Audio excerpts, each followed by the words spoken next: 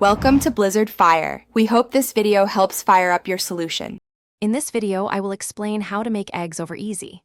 First, gather your ingredients: fresh eggs, a small amount of butter, a good non-stick pan, and a thin spatula.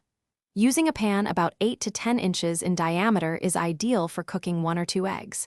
Bringing your eggs to room temperature before cooking helps them cook more evenly and prevents sticking.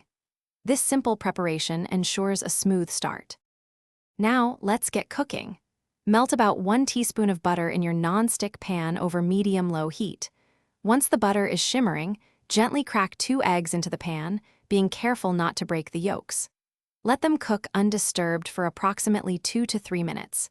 You'll know they are ready to flip when the egg whites are mostly set, but the yolks are still very runny. The flip is crucial for perfect over easy eggs.